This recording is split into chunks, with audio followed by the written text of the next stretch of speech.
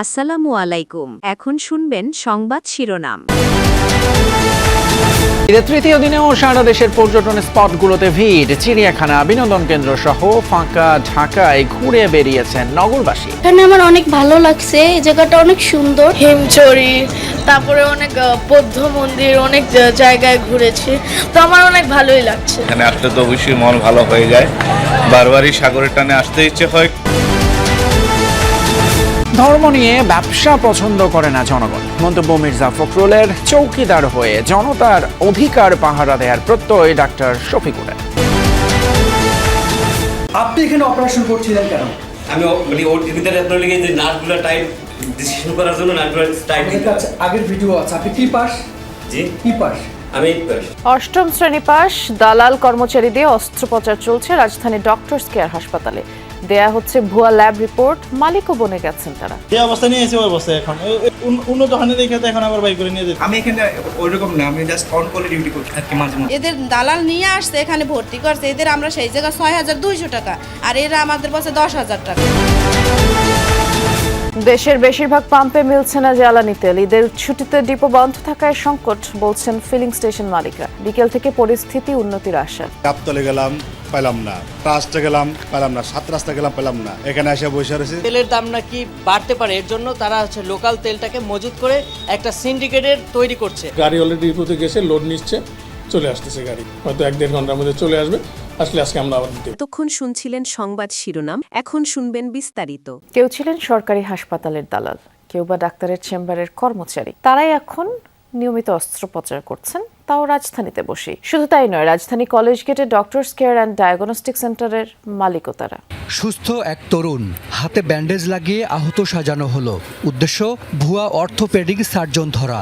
তাকে নিয়ে রাজধানীর কলেজ গেটের ডক্টরস কেয়ার হাসপাতালে।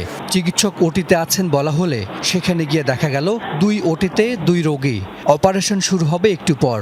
ঘটনা টের পেয়ে রোগীদের বের করে নিয়ে যাওয়া হয়। 3 মাস পর আবারও রোগীর স্বজন সেজে এই হাসপাতালে। ভাঙা হাতের অস্ত্রোপচারে 35,000 টাকা চাইলেন পরিচালক লাবলু মিয়া। পরে 20,000 টাকায় রাজি হন তিনি। জানা গেল 2 ঘন্টা পর শুরু হবে অন্য এক রোগীর অপারেশন। পরে ছদ্মবেশে আমরা ঢুকে পড়ি অপারেশন থিয়েটারে। ওটি টেবিলে এক নারী, তার ভাঙা পায়ে চলছে অস্ত্রোপচার। বসানো হচ্ছে ফিক্সেটার। আমাদের উপস্থিতির কারণে হাত গুটিয়ে দাঁড়িয়ে থাকেন সবাই। এখানে নেই কোনো চিকিৎসক। অপারেশন হচ্ছে, যৌন তুমি সাংবাদিক, রোগীর ক্ষতি হতে পারে, কেউ নড়বেন না, না কেউ লড়বেন। সার্জারির এই পদ্ধতিকে বলা হয় ইলিজার্ভ। অত্যন্ত সূক্ষ্মভাবে কাজটি করতে হয়। এটি করছেন রনি নামের এই ব্যক্তি, যিনি অষ্টম শ্রেণী পাস। আপনি কি পাস? আমি আপনার লিগে কোম্পানির লোক, ইলিজার মানে রিং এর লোক। আপনি এখানে অপারেশন করছিলেন কেন? আমি মানে ওর ভিতরে আপনার লিগে যে নার্ভগুলো টাইট ডিসিশন করার জন্য নার্ভগুলো টাইট দিতে আছে। আগের ভিডিও আছে। আপনি কি পাস? জি কি পাস? আমি 8 পাস। 8 পাস। আমি ইন্টারন্যাশনাল কোম্পানির লোক এই দেশে থাকবে না, ওটির ভিতরে ডক্টরদের সঙ্গে সহযোগিতা। নিখুঁতভাবে এই সার্জারির জন্য ব্যবহার করা হয় বিশেষ প্রযুক্তি সি আর্ম, কিন্তু এখানে ব্যবহার হচ্ছে ভাড়ায় আনা পোর্টেবল এক্স-রে। কোথা থেকে এসেছেন আপনি? রনি ছাড়াও লাবলু, দুলাল, ফরিদ এই 4 জন নিয়মিত অস্ত্রোপচার করেন এখানে। অর্থোপেডিকের সব ধরনের অপারেশন করেন তারাই। অথচ এদের কেউই মাধ্যমিকের গণ্ডিও পার করেননি। এবার ভুয়া সার্জন দুলাল মিয়ার কক্ষে গিয়ে দেখা মিলল না তার। সটকে পড়েছেন তিনি।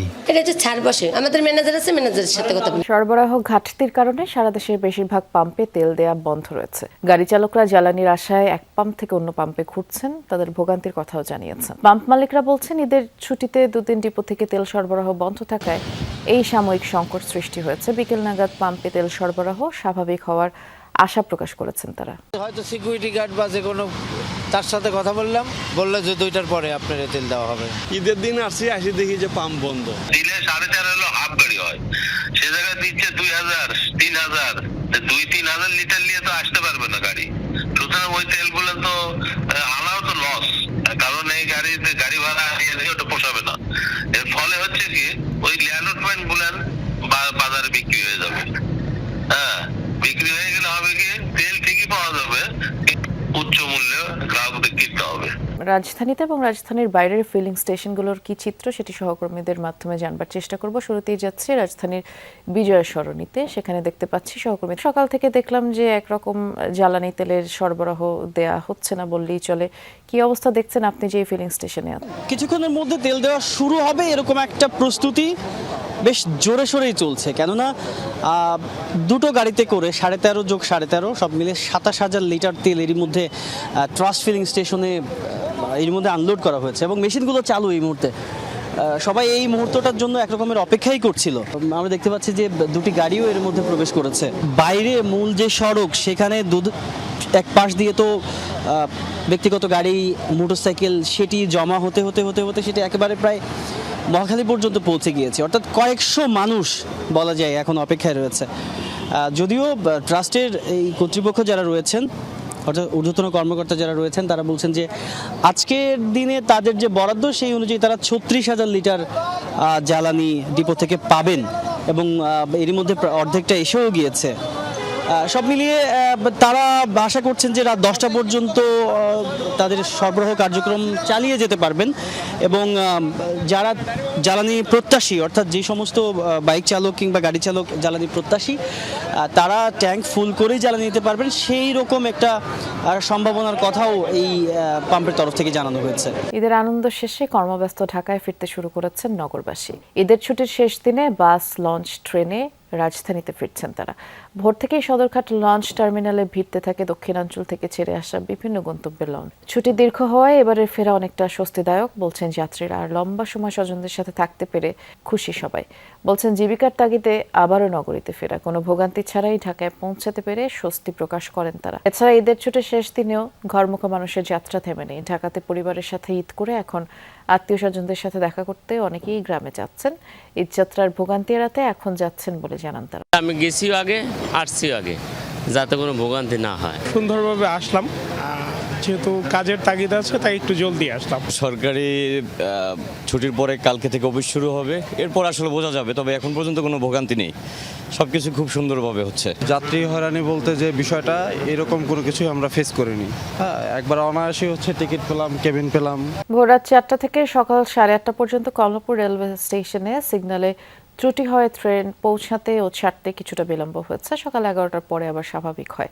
ঈদের ছুটির শেষ দিনে ট্রেনেও রাজধানীতে ফিরছেন নগরবাসী কর্মজীবী মানুষেরা। মূলত আগামীকাল যাদের অফিস আছে তারা আগে ভাগে ফিরে আসছেন। এছাড়া যাদের স্বজন ঢাকায় আছেন, ঈদ আনন্দ ভাগাভাগি করতে তারাও ফিরে আসছেন।